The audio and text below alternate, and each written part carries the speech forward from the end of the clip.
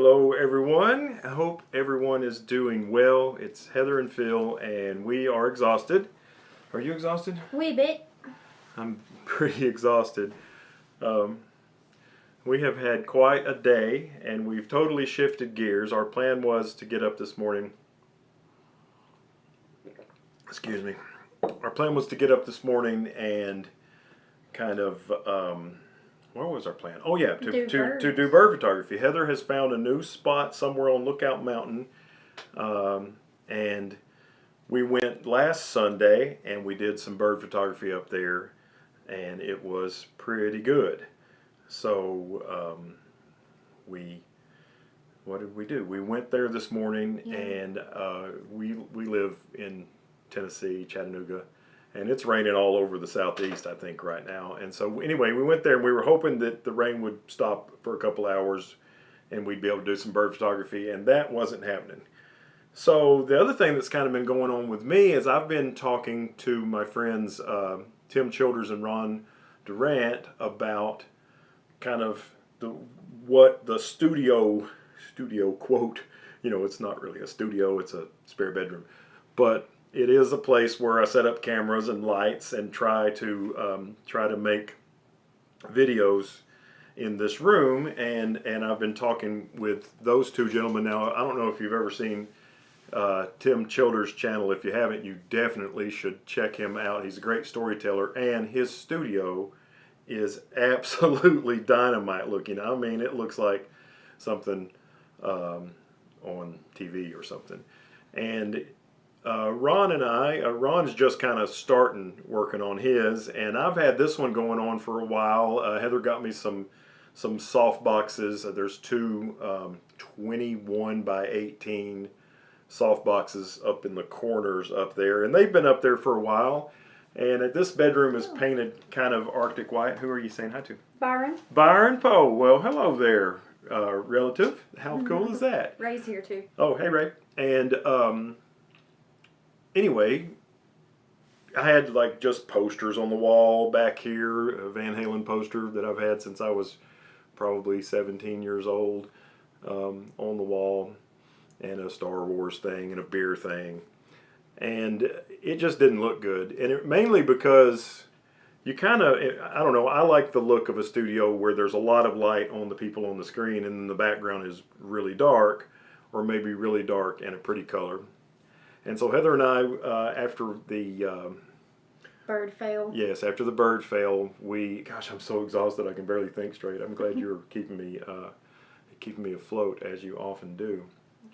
But anyway, we went to Home Depot and we looked at paint colors forever, and we finally ended up with this, which is not in focus. Focus. If there's a person, especially Heather, see how Heather's hiding? It'll focus on, I think it's focusing on it, but you can't really see it. Anyway, it's this color on the wall behind us is, I had it on there upside down, it's Cypress Vine. And you know, in all the little sets of colors, it's the darkest in that tint or hue. And so we bought a gallon of it and we painted just one wall, just the wall behind us. All the rest of the room is still Arctic white, which it's been that color since 2003 when I bought this house. But we painted the wall behind us, and I was talking to the guys, Tim and Ron, who I think might be joining us at some point, and we also talked about tables. I always just live stream in here with no table in front of me, unless it's the table which is 3 or 4 feet behind us that my computer's sitting on, and then there's no room for props like a camera. But this table it's height adjustable. Where's my little crank? What? Are you kidding me? The table's adjustable. It's got a little height adjustable crank on it, which is really cool. And pretty nice drawers, which I'm sure will be filled with camera crap eventually. Tim says the paint looks great. Oh, cool. I sure hope so, because we worked our little back bumpers off on that thing. Thank you, Tim. And it almost, there's like a vignette, and I think that's probably, I mean, we're using the very inexpensive lens that I tested, but I really like this lens. This is a Viltrox 13mm f1.4 designed for Nikon Z series APS-C cameras. and I have it on the ZFC. I've got it stopped down to 1.6, but there's still a nice vignette in the corners. Yeah, as my hand goes over to the corner, it gets darker too. So that's probably the lens making that vignette. But I actually like that look. It kind I like it. you know, sometimes if we edit a picture and there's not vignette, we'll add some vignette which has the person focus more on the subject, which is you, obviously. And anyway, so we've been pretty happy with it, and we got this table. Let me see if I can show you the table. They actually have a bunch of different versions of this table, but it turns out that the one that they keep in stock at the store worked just fine for us. So this is the table that we got, and it's a 52 inches across, and what did we say it was? 24 deep. 24 front to back, and it's got 2 drawers on it, which you can see here, and it's on casters. So what we'll do is this table will just stay against the wall behind me, and it'll be covered in camera bags, and it'll be our go-to get ready to go table. And then if I do a video, you know, talking about something here in the studio quote, I'll use this table. So it'll be pretty cool. Plus it's, you know, I can crank it up and do a standing, I can do a video standing at this table or sitting, and it's just barely wide enough to do, to have Heather and I both. I'll probably use, instead of this 13, I'll probably use my Viltrox 23 when it's just me, but the 13 works good for both of us. So, I'm going to quit talking about that for a minute, and let's see, Heather, what are you seeing in the comment area? Well, after Tim said the paint looked good, Peter said, I agree, it's a nice contrast. Mike Mitchum says hello. Hi, Mike. And Jeff and Leslie Wildlife and Nature Photography says, looking good, you all. Awesome. Thank you. Yeah, gosh, it's looked, I don't know if you guys have ever seen one of our live streams or any of the videos I've recorded in this room before, but usually it's just a complete disaster. Not only is it just 3 posters on the wall, one of them that's 40 years old, they're not perfectly straight, you know, and I was talking to Tim and Ron today in our little chat thing that we have, and one of the things that drives me crazy is if there's anything on that back wall, I have to concentrate on making sure that it's in the frame just right. So if the camera's, anyway, but if with nothing on the wall, it doesn't matter. Just as long as I got the camera level, it doesn't matter about making also this. Sometimes I'd have to make the camera slightly off level so that my weird junk on the wall would look right. So now I'm free to do whatever I want. Ray says we can experiment with green screen now because OBS has a function called chroma key, so we can set Well, don't you have to have a brighter color of green for that, Ray? Or is he saying chroma key will do it on whatever color's back there? I think chroma key will do it on whatever color's back there. You just have to set the color. I wonder if I'll need to stop the lens down so it's not vignetting so much, because, you know, over here in the corners, I'm pointing the wrong way. Right up there, you can see there's a ton of vignette. It's much darker, but the color is actually the same all the way across in the room. So that'll be... Yeah, we can play with it. Yeah, and you know, I may just put a curtain up there, a bright green curtain for like green screen stuff. Yeah, but I don't know if I ever really want a green screen. I was talking to Tim and Ron about, you know, a lot of times I'll rule of thirds myself in the shot, and then kind of over here I'll put well, I'll get my hand bitten. I'll picture in picture my whatever it is I'm talking about, so there will be some stuff like that. Anyway, I don't know. We're just figuring this stuff out by the seat of our pants. We don't know what we're doing, but we're having a good time faking it until we make it. Do you want to talk about what happened with the cat? Got it bopping you in the face? Got it bopping me in the face. We have in the kitchen, which is also another, you know, this is supposed to be a bedroom. It's not. It's a computer room and a studio. And the kitchen, I mean, I guess it is a kitchen, but there's no kitchen table in there. It's Heather's office. Heather works from home, and so she's got a desk in there where the kitchen table would be, and double monitors, and just, you know, she's cool. But behind Heather's desk is a bay window with 4 72-inch high windows, maybe they're not 72. They're pretty tall. They're tall. Maybe they're 60 inches tall and maybe 18 inches wide, 4 of those. And I was outside, and the cat has a bowl. It's a hammock. It's a little. It's a cat hammock, but it's round, not rectangular. And the cat sits in the bowl by the window. And I saw the cat, so I looked at the cat, and the cat looked at me. And then I switched windows, and the cat switched windows, and I said, "Hey, me and the cat, we are playing pee-pie, and this is fun. I love the cat loves me. We're playing pee-pie. Everything's great." And all of a sudden, the cat goes, "Bow!" and popped the window right by my face. So apparently, the cat was not enjoying the pee-pie game nearly as much as me. I wonder if we can play that. Can we play that on here somehow? Yeah. Go to your text messages.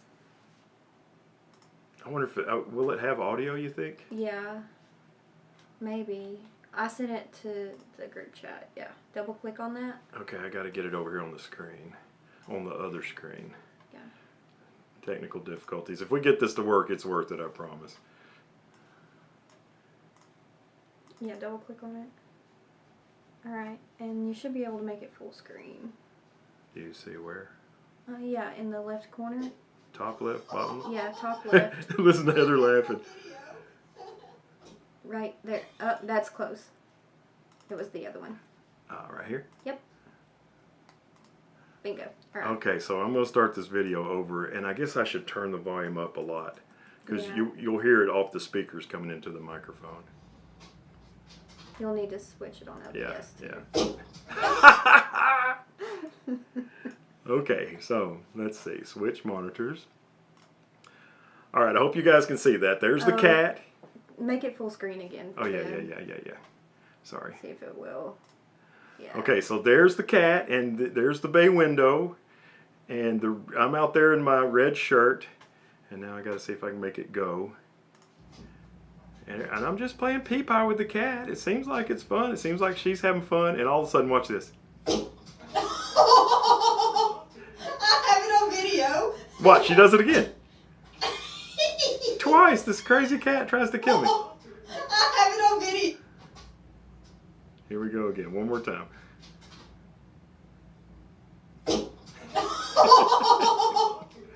have it on video. Anyway, so It was fun. that was a lot of fun. I hope you guys enjoyed that as much as Heather watched it about 185 times.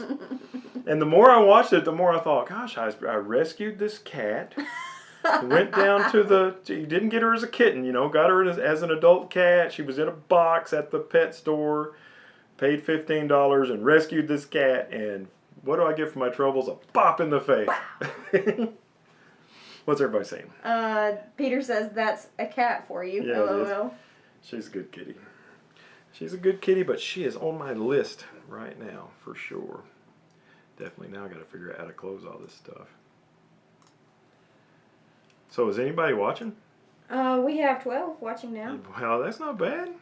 It's not bad for a live stream where we're not even really talking about gear. I wonder if I can pull up that lamp. Is it? Oh, I don't know.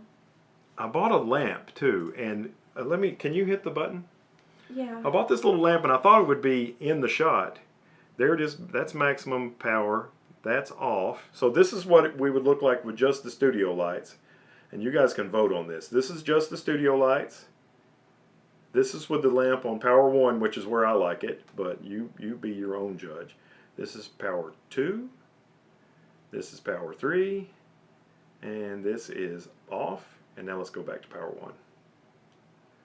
Anyways, it's just a little LED lamp, and the temperature is 3,000, and honestly, I don't even know what the temperature is of the lights, because I really should know that, but I don't. But it does, it gives just a little bit of warmth. Can you slide it over to where it shows on the camera for a second? Yeah. It's this little doodad. Anyway, and I bought it to be actually on the screen, and that didn't work. Not enough real estate on the table, I don't think. But it does. I don't know. Is anybody voting? Hold on. I was. Are you looking for the lamp? I was It's a looking for Hampton the lamp. Bay. Bill S is just joining. Hi, Bill. Bill watches a lot of the videos, and I really appreciate that. I appreciate everybody who watches a lot of the videos, by the way. whether you're a regular commenter or not. It's Hampton Bay. I found it. Hampton Bay. 19-inch white LED cask lamp. There it is. Yeah, Mike says anything above power 1 blows Heather out. Linda says power 1 looks best. Better than off is what you're saying. Yeah. Okay. Yeah, I got this white skin. All right, there's our little lamp, and the bottom of the lamp, like right down in this area, is a colored LED, and it gradually changes colors all through the spectrum. So I thought it'd be cool to be in the shot, but it ended up having a pretty good use because it does apparently make us look a little bit better, only on level 1. Yeah, Jeff and Leslie Wildlife say, I say off or 1 at most. Mike nailed it at above 1, so at Gotcha. above 1 it washes Cool. me out. Well, the good news about it working best at off or 1, if I ever forget to use it, it won't matter. Right. A little off topic, but Peter says, I like the sports videos you make. Oh, thank you. We've got sports videos coming.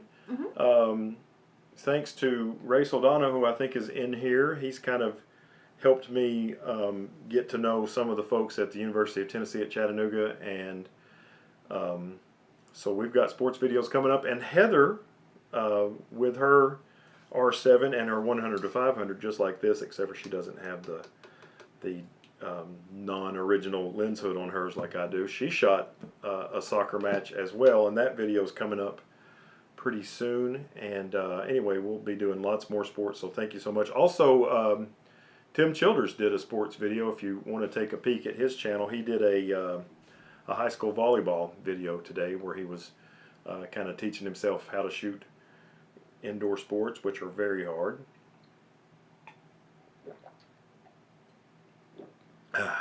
What else we got going on?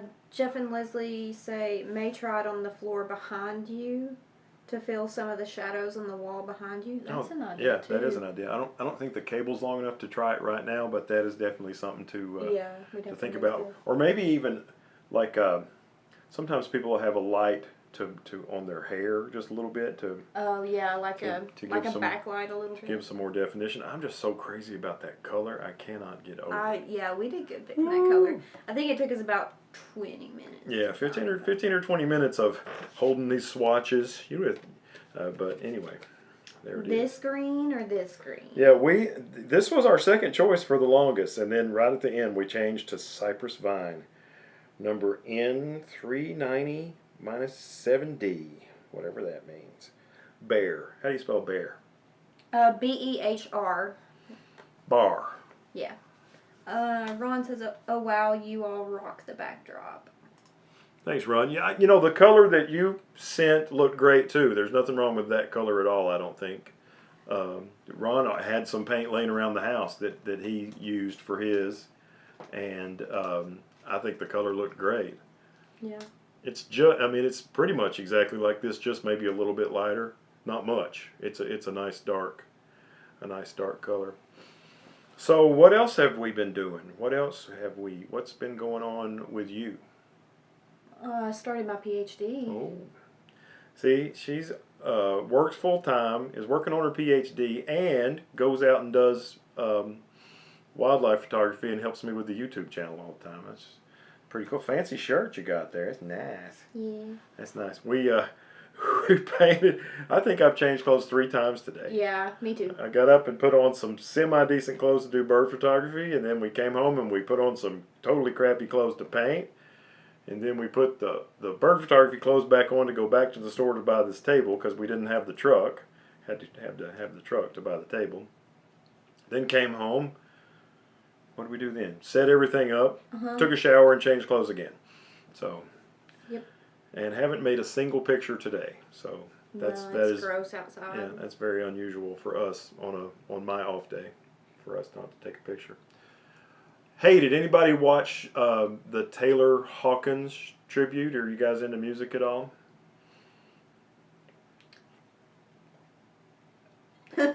Jeff and Leslie, my measure of success in painting is if more paint is on the wall than on me. Heather had some pretty good green on her, and somehow I had green on the leg of the ladder, and we only had the tarp on the floor, you know, going out about 3 feet, maybe 5 feet.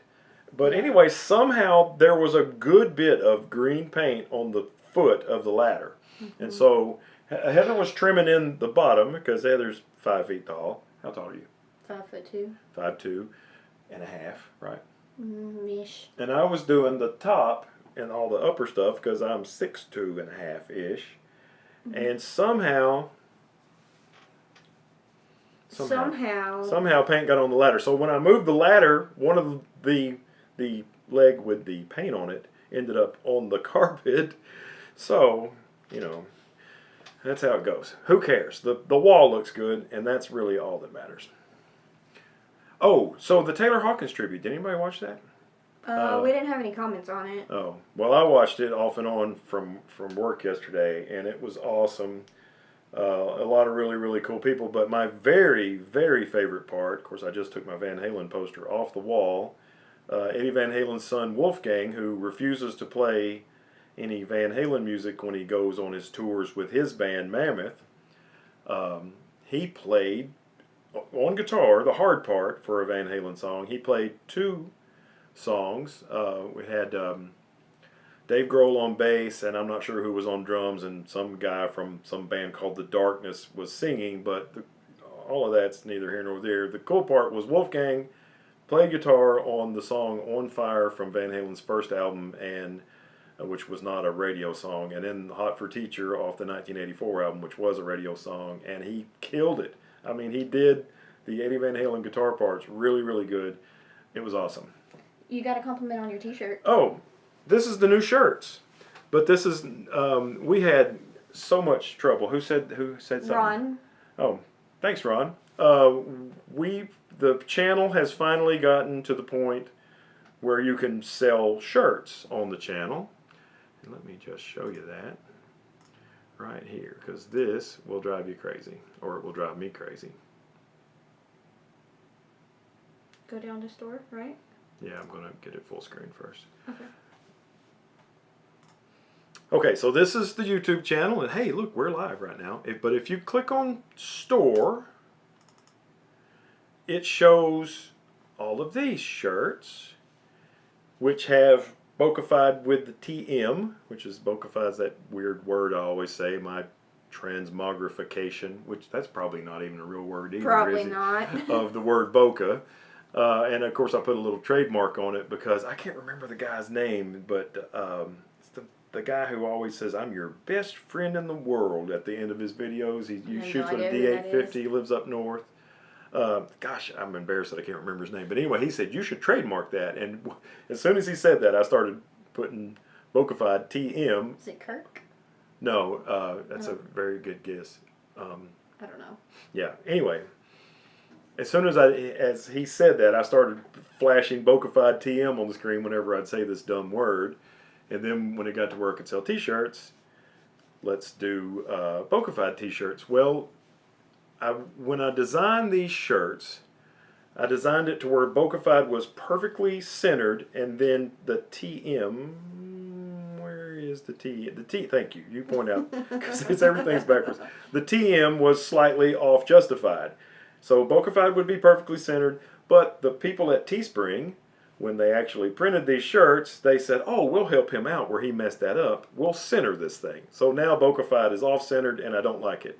And then so that's one problem. The other problem was, all of a sudden, my store vanishes. We had just worked for about an hour setting the thing up. Yeah. Heather, I was doing all the work, but Heather was doing like, maybe you should try clicking there. You know, she was backseat driving and making sure everything goes well, like she often does.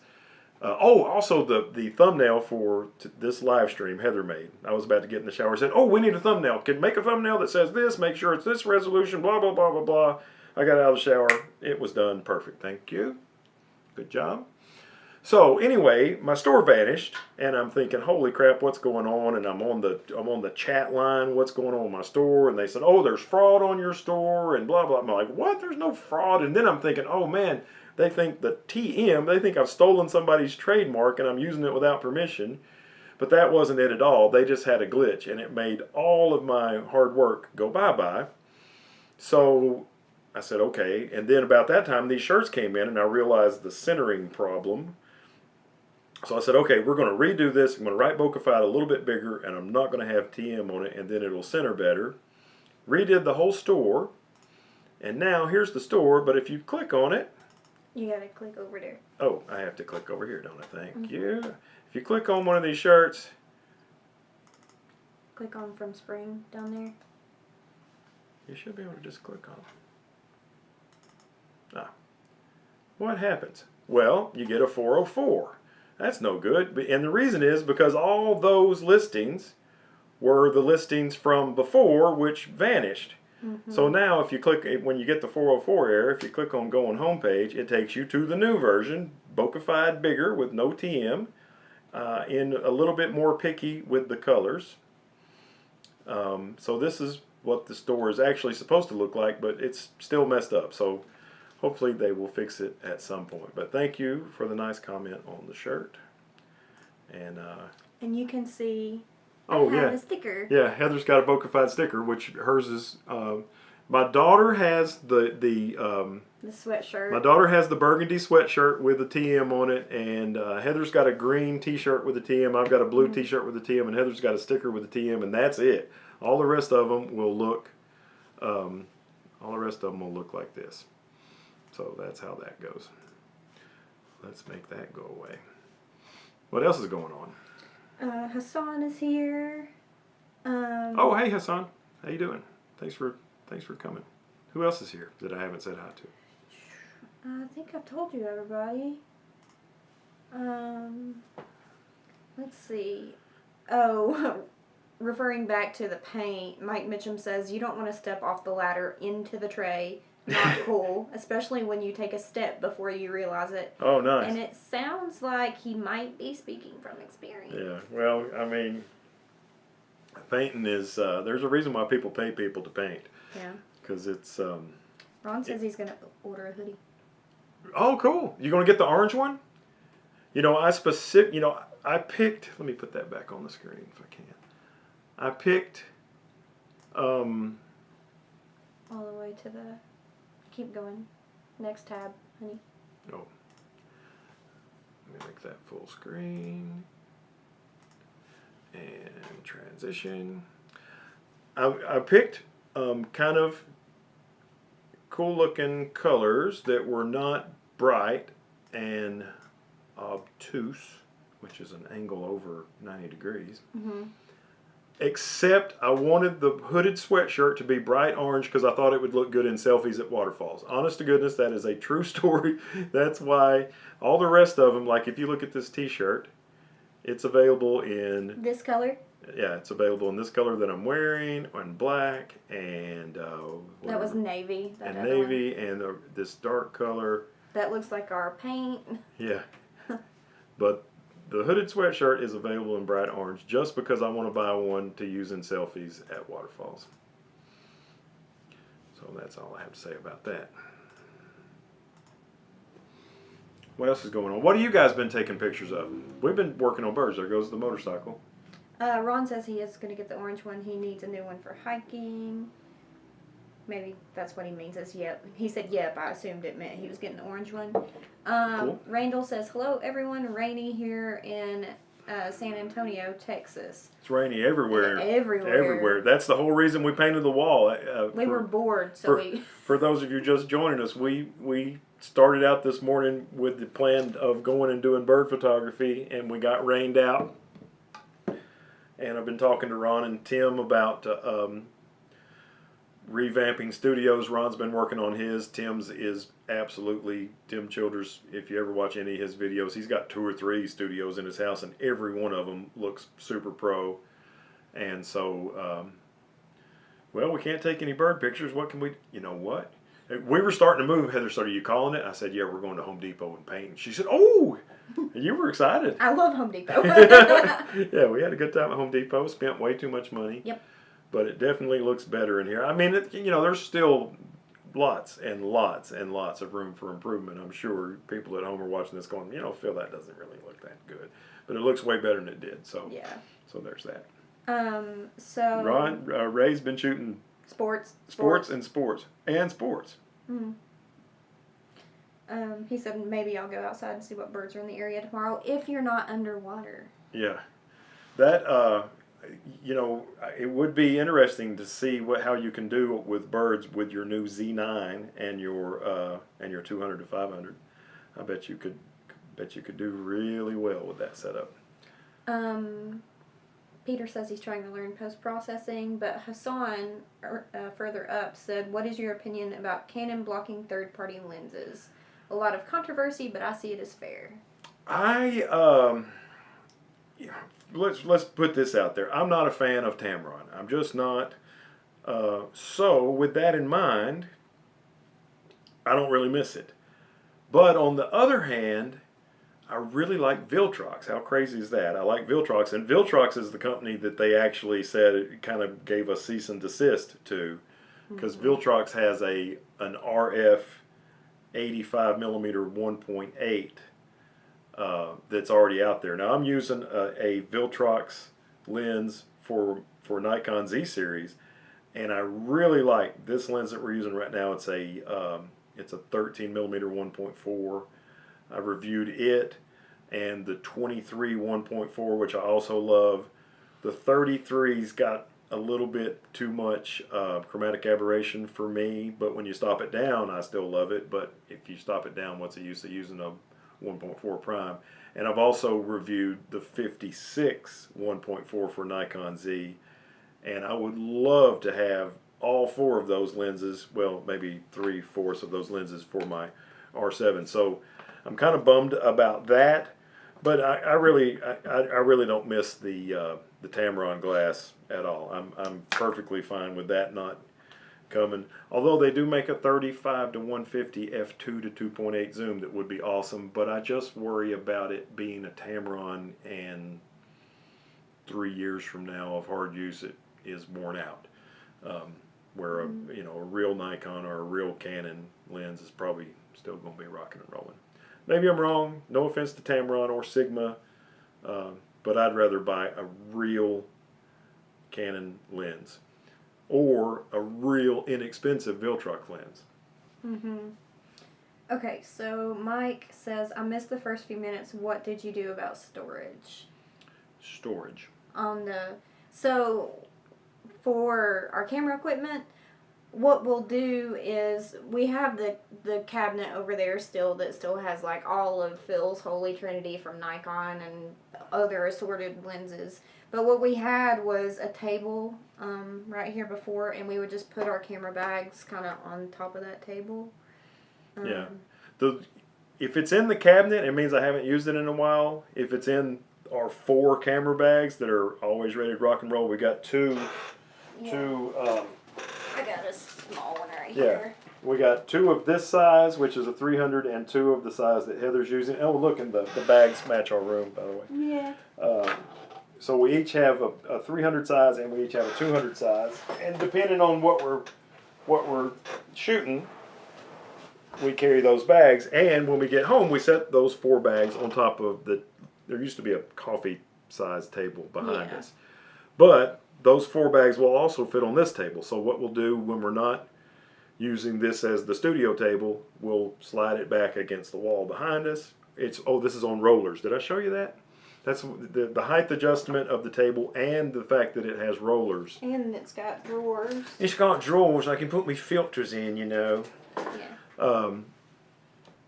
So that'll make it really easy to move it around. But yeah, we'll store our camera bags on top of this and prep. We'll adjust our stuff just like we used to do on that coffee table. Yeah. Now we'll do it on this table.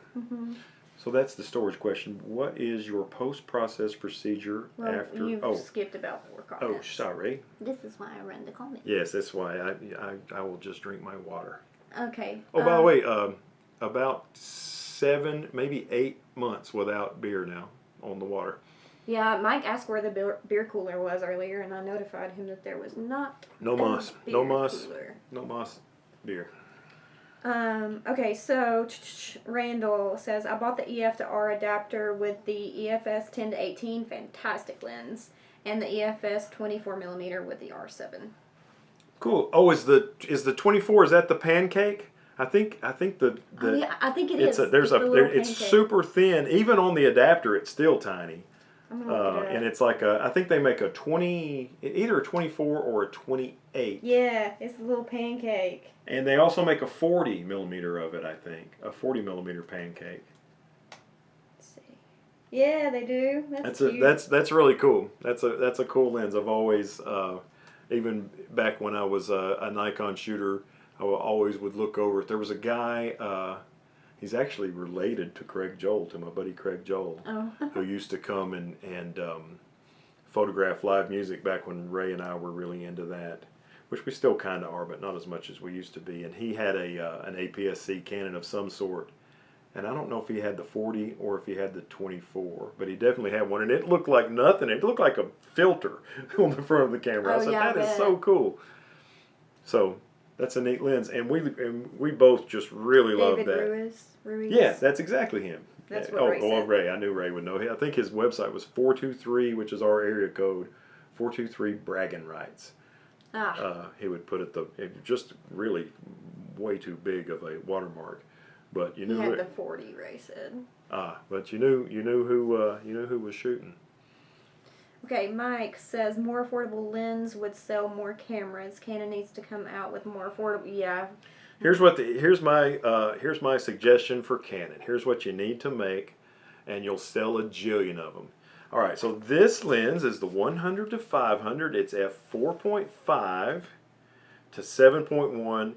It's super weather sealed. It's super light. It's super small. It's super sharp. It's an L lens. And it costs, what is it, $28.99? Yeah. It costs too much. But here's what they need to make. And it doesn't even need to be an L. Because you got, oh shoot, that's not it. You got this lens, it's not an L. This 800. And that's not really the one I was wanting to show you.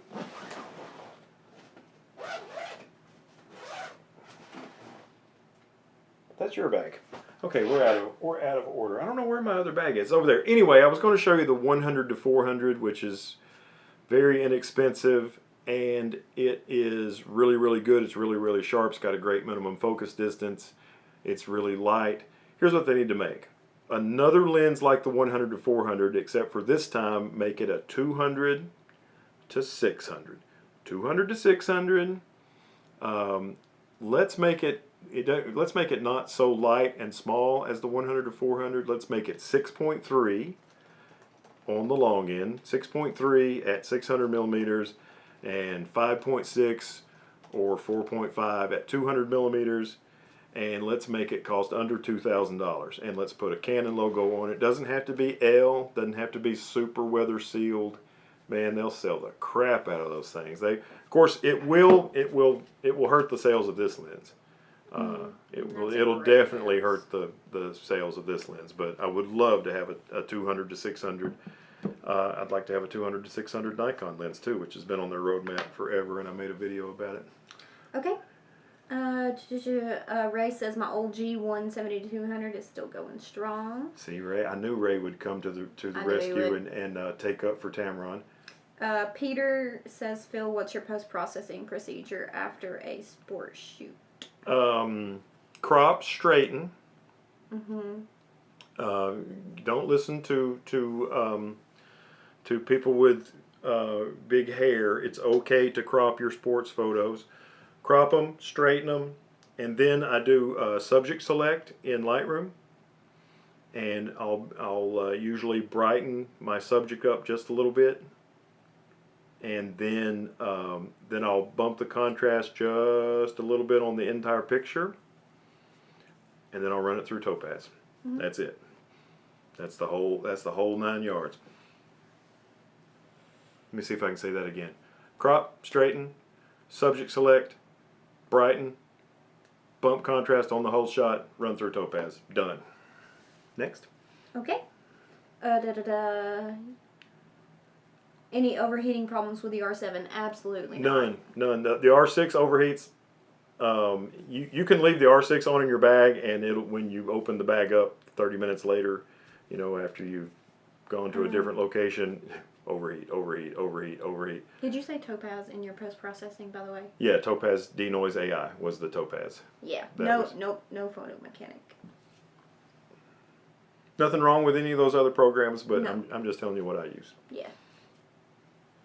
Okay, so What do you do? Do you do anything different? Do you do any vignetting or anything? not really. I'll get the exposure of the entire image kind of where I want it, and I always like to set my whites and blacks. I just feel like when I get my whites and blacks where they should be, the color pops a little better. See, she does a little bit more than I do, and that's why her pictures look a little better than mine do. So once I kind of get the exposure in the whites and blacks right, I will do exactly what Phil said. I'll subject select, brighten the subject, bump the contrast, run it through topaz, and crop and straighten and all that too. But yeah. Cool. Let's see. What do you do more than me for birds? Oh man. Okay, here comes the secrets. I mean, it's about the same. I'll get the exposure right, and then I'll set my whites and my blacks. Usually I'll boost vibrance about 15, and I'll boost satch about 2 or 3. And then I will... Satch. Yeah, saturation. Boost And that then satch. I will select the bird, brighten the bird, make sure the background's a little darker so that the subject pops. Maybe hit the contrast a little more. I usually keep my contrast at about 7 on any given image, so it's not much, but it's enough. And then crop, straighten, put it through topaz. Cool. What's next? Let's see. Phil, you should do some quick 5 to 10 minute tutorial videos. Yeah, maybe. You know, if I do a tutorial video, I want it to be something I really know how to do just right. Like I did that video that just came out.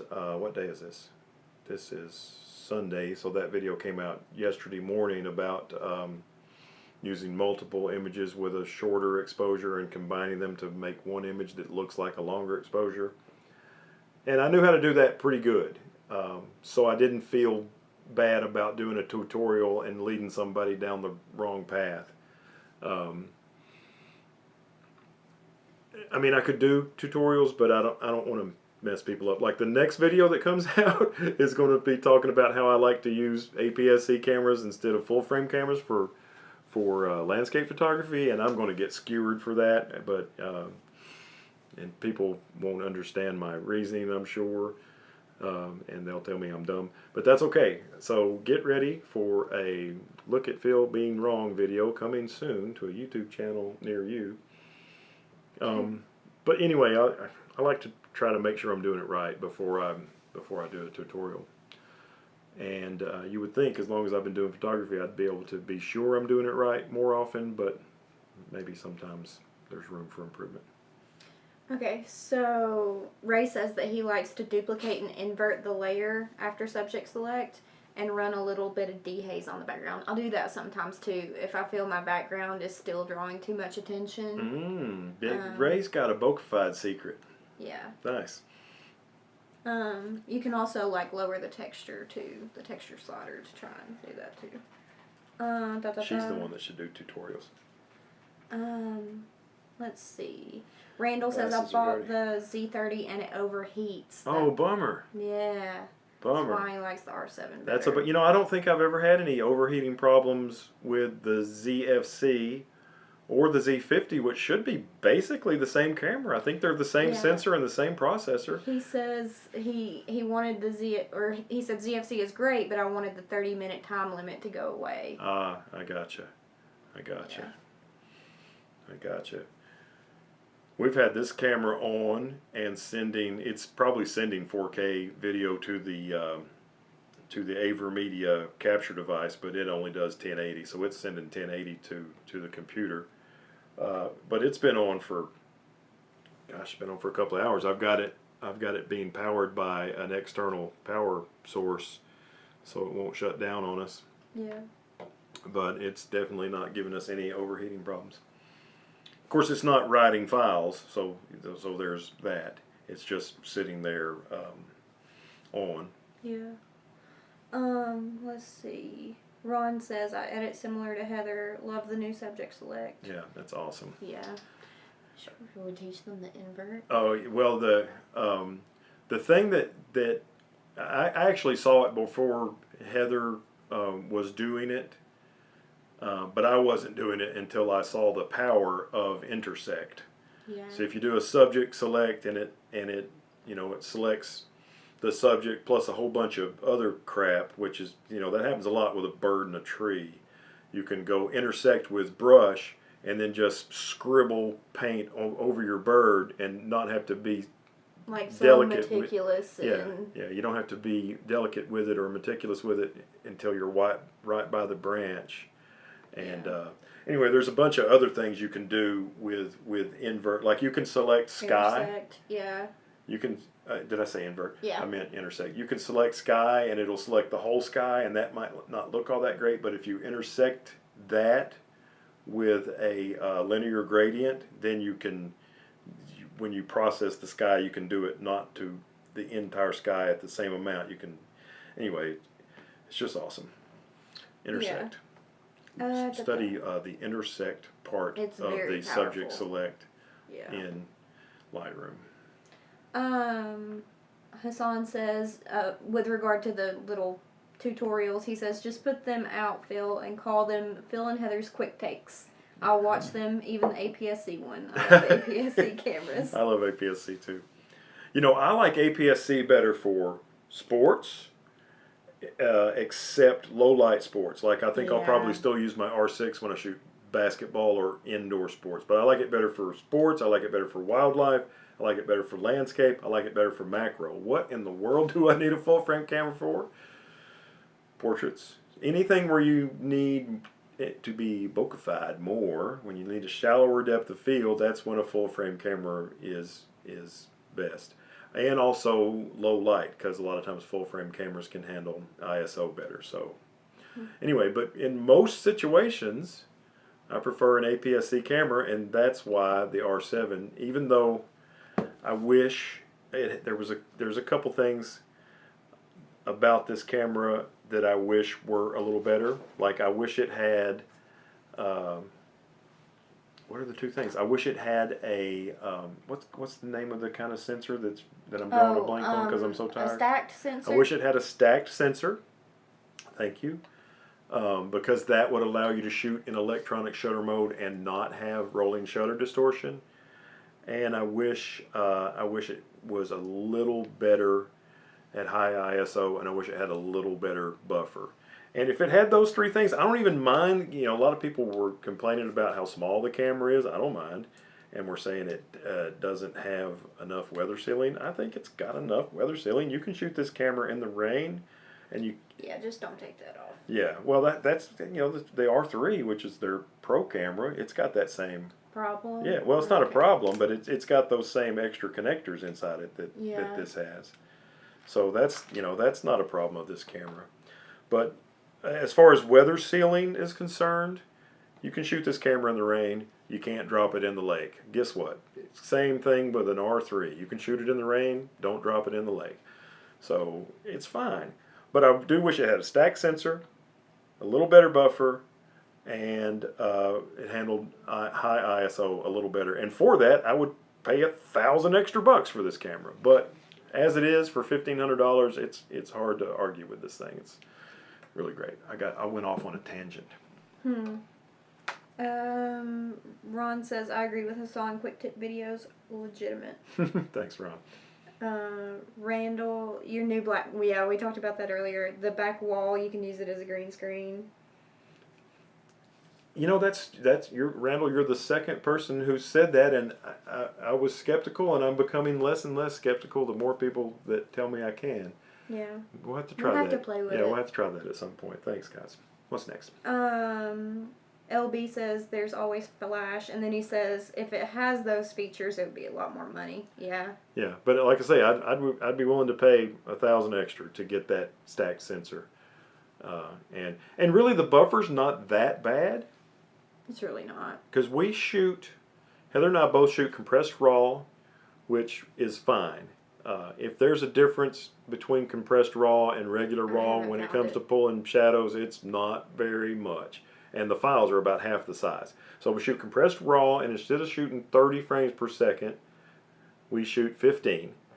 And when you're doing that, you can, get a bird in focus and lay on that thing for 4.8 seconds before you hit the buffer. 4.8 seconds is a long time, and in that 4.8 seconds, you shoot 73 photographs. So, that's, I guess you can't trace shoot 30 frames per second of a bald eagle soaring over you for a half an hour, but it does pretty good. Still, I wish it was a little better, and I'd pay more money for it and a stack sensor.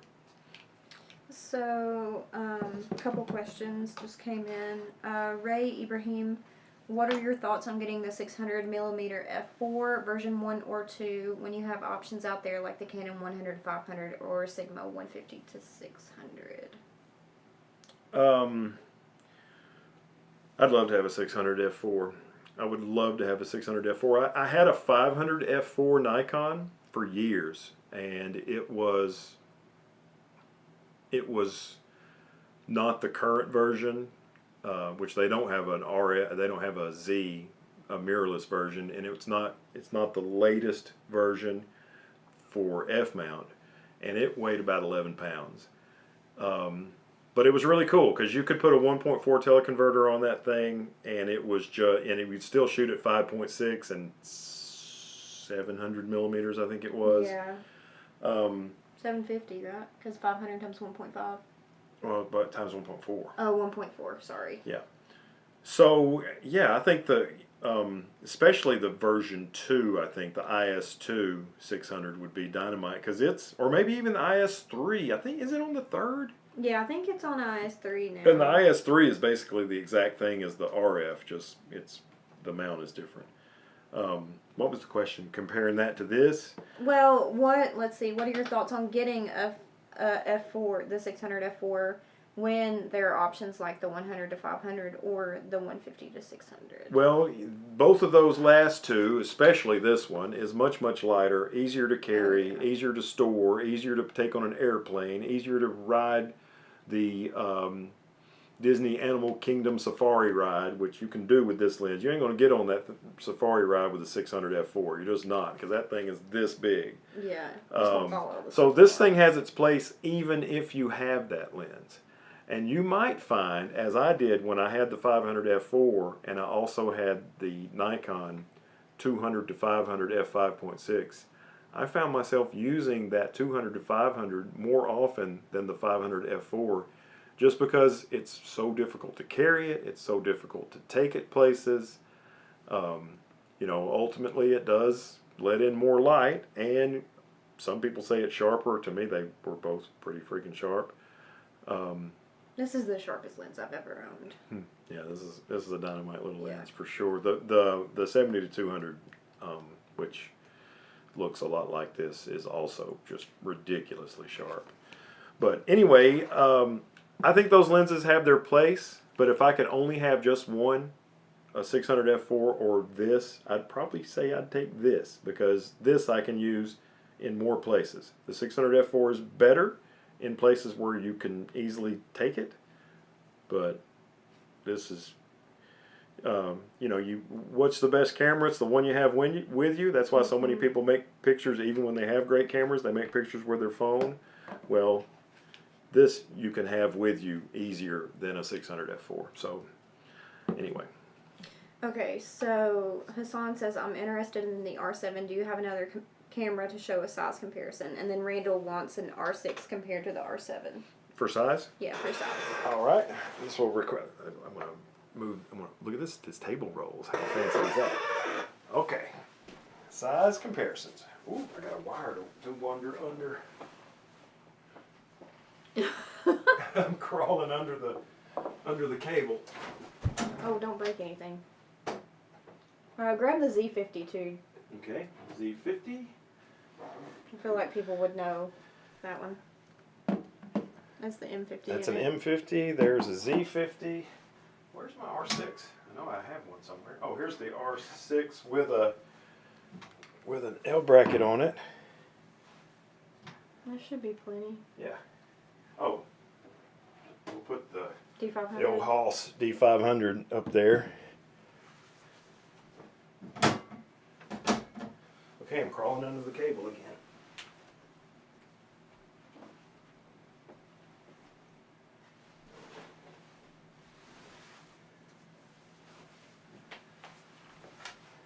He's back. Whew. What a day. Okay, let's scoot the table back. All right, so this tiny little thing is the M50, which is Canon's first mirrorless line, which was APS-C only. It's tiny. This was a great vlogging camera for a long time. I'm thinking about converting this to infrared. If any of you guys have converted an M50 to infrared and know whether or not the kit lens, the 15 to, is that 45? 45. And know if the 15 to 45 has hot spots when shooting infrared on an M50, let me know. All right, so Size comparison. So hold. it's, Where'd you put it? I can't. yeah, you got it. Okay. Let's do it backwards. Okay. So it's a lot bigger than the M50 R7. I think, although I haven't seen one in person, I think a R10 is probably a lot more like this size. Yeah, it probably would is. be my guess. That's why it has a smaller battery, only one memory card, no IBIS. All of those things can help you make your camera And the body. grip is really, Yeah. really shallow. I think the R10 has a good grip, but Yeah. that grip's not good. Look, this grip on the R7 is fantastic. Yeah, this is a terrible grip. But I mean, this is. Oh, I thought this was a D500. This is a D800, but there's a D500 over there somewhere. Okay, so this is the R6. We'll compare the backs of them. Okay, back. Yeah, and of course, bear in mind that come up to the same place as me. Oh. Sorry. I can't move back or I'll hit myself in the face with a lens, otherwise okay. I would have. But bear in mind that the R6 that Heather's holding does have a L bracket. an L bracket by, who is that one? Small rig, maybe? Yeah, that's the small Yeah. rig.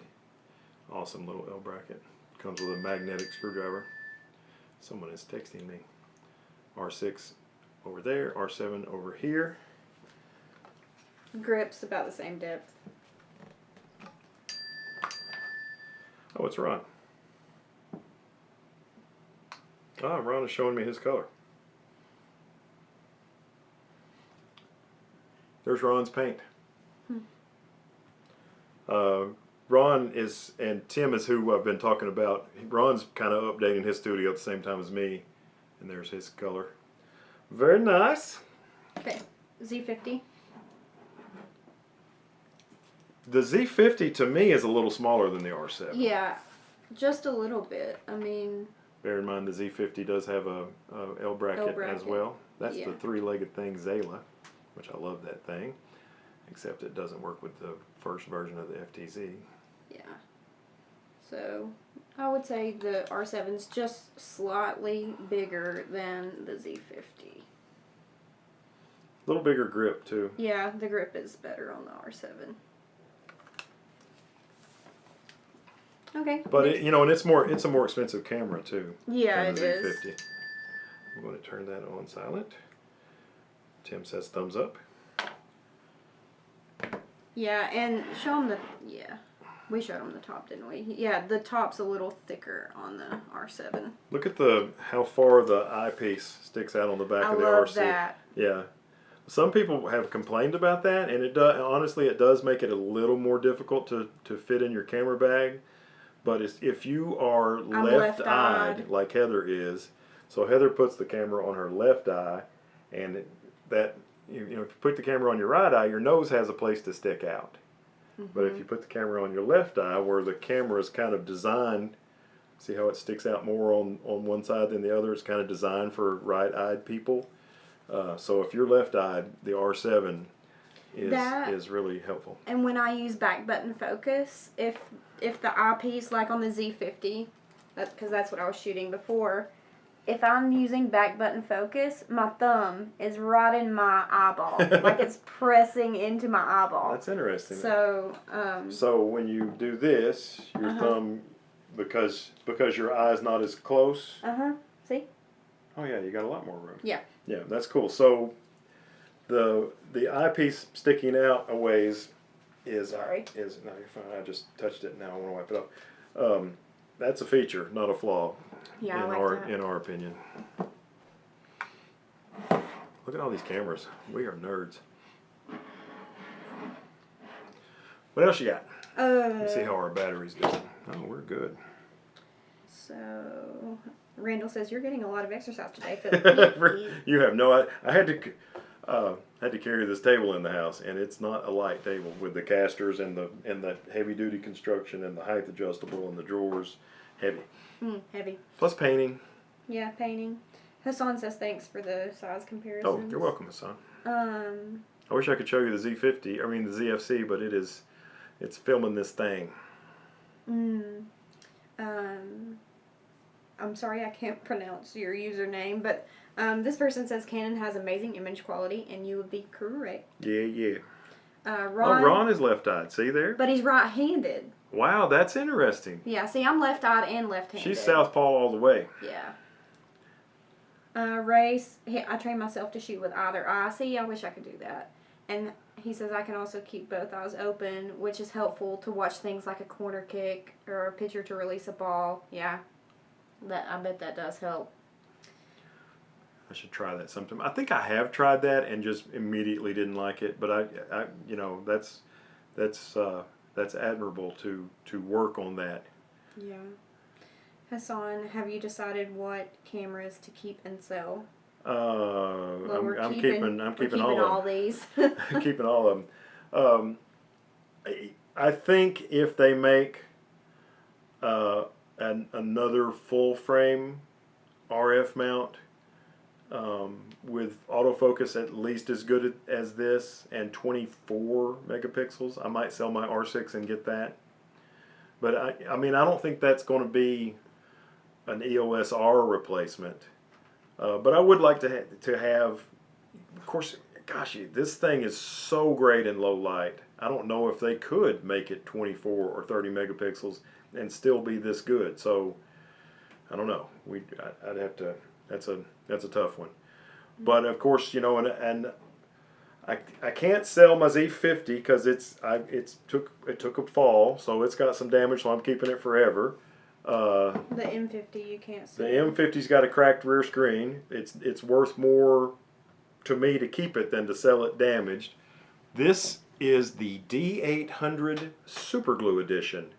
This took a fall at Epcot Center and cracked the body right here, and you can see. Can you see the super glue? Yeah, I see it. It cracked the body right there, and the whole back piece flops open. The menu button it works. You can press it, but it's real slow to return. Camera's fully functional, no problems whatsoever, but it is super glued together. So I'll keep this forever. I don't think my D500 has any damage. I think so. But I just freaking love that D500, and I've got all the, especially the 70 to 200 2.8 GVR2. I'm probably going to shoot some sports with that later this year. It's fun to kind of, even though I like Canon and I like mirrorless, it's fun to go back to my roots. And probably my favorite DSLR I've ever had was that D500. So I like to shoot with it. And we like to use the ZFC and the Z6 for video. Yeah, right now I'm kind of crazy about these super fast Viltrox lenses like this 13mm f1.4 that we're using right now. And I really like these Nikon Z series cameras for video. Everybody talks about, oh, they can't focus and blah, blah, blah. Well, look, the focus is pretty good tonight. Focus is pretty good. And so I like to use the Z6 with the 14 to 24 2.8 in this room, but right now I'm kind of using the ZFC and the 13. A couple people were telling Ray that it was interesting that he shoots with both eyes. Yeah, that is really the both eyes thing, and I don't know if the both eyes thing would help me that much, but the keeping one eye open and being able to concentrate on both. Yeah. Like I think I would miss if I had my left eye open and I had my right eye on the camera. I think I would screw up my framing. You know what I mean? I don't think that's really neat that he can do both of those. Pretty good picture taker too. I tell you what, that Ray is good. What? So Randall says we are hoarders, love everything I own and use them every day. But then Hassan says, Phil, do you need a stepson? I clean up after myself and I can chip in for lenses. Cool. Well, how are you with painting? Are you any good with painting? Ever have a D500? Why, yes. Yes. As a matter of fact, I thought my D800 was that. It's over. I think it's on in the cabinet over there with the 200 to 500 on it. But yeah, that's a great camera. That's maybe I like to call it the best APS-C DSLR ever made. Okay, so we have 34 people. Go hit the thumbs up. Oh yeah. Thumbs up, please. Thumbs up, yeah. Have we only got 12 thumbs up and 34 people in here? We've got 36 people now. Thumbs it up. Hit thumbs up. We appreciate thumbs up. With a nickname, anyway, give it up. We've gone off the rails. Yes. On a thumbs up train. Randall, he says he has a Z6 II with the 100mm, Z7 II with the 85 1.8. Ooh, nice. That's nice. The Z5 with 28 to 75 and the Z30 with 38. That's a nice pile of gear. I think Ray just bought that 28 to 75. That's the 2.8, isn't it? Isn't that? I think Ray just got one of those. Pretty cool. Really a brilliant idea to maybe a little easier focal length than 24 to 70 to make consistently 2.8. Make it 28 to 75 and sell it a lot cheaper. That's a great idea, Nikon. He said 28mm, not 38. On the Z30. Oh, I wonder if that is the it's like a two. I think it's a 2.8, that lens, and they made a retro looking version of it for the ZFC. I think is the lens Randall's talking about. Hassan says ZFC is a good camera. Unfortunately, I've been seeing a lot of quality control problems from people with parts breaking off. Oh, the thing that makes the camera look cool is the dials on top that look like an old film camera or an XT3 or something. But I don't use mine. I operate mine like a normal camera. I use the front command dial, not the ones on the top, but the front command dial like this one right here, not a knob on the top, to control aperture, and I use the rear command dial to control shutter speed, and I do. I either have it in auto ISO or I do use the top dial to control ISO, and I do use the top dial for exposure compensation, but that's it. I don't use those other ones, so my dials will probably last me a long time. What else you got? Randall says those are in the living room studio. He has 3 of those 28 2.8s. Wow, you must really like that lens. One time David Sailors was doing a live stream, and John from Wolf Tick Videos and Ray and I and David all ordered one. I remember that, and then they were out of stock. Yeah, Murphy Camera showed that they had them in stock, and we all ordered one, and the next morning we found out that they had them listed as in stock erroneously, and so we got our money back. And then when they did get them in stock, none of us ordered. I don't think any one of us 4 has bought that lens, even though we all bought one during David's live stream. So anyway, apparently, according to Randall, it is a very good lens, so maybe we should look into one at some point. Office studio with 2 ZFCs, 28mm, 35 1.8 R7 with the EFS 24 and the A7C with a compact 24 f 2.8. No. Gotcha.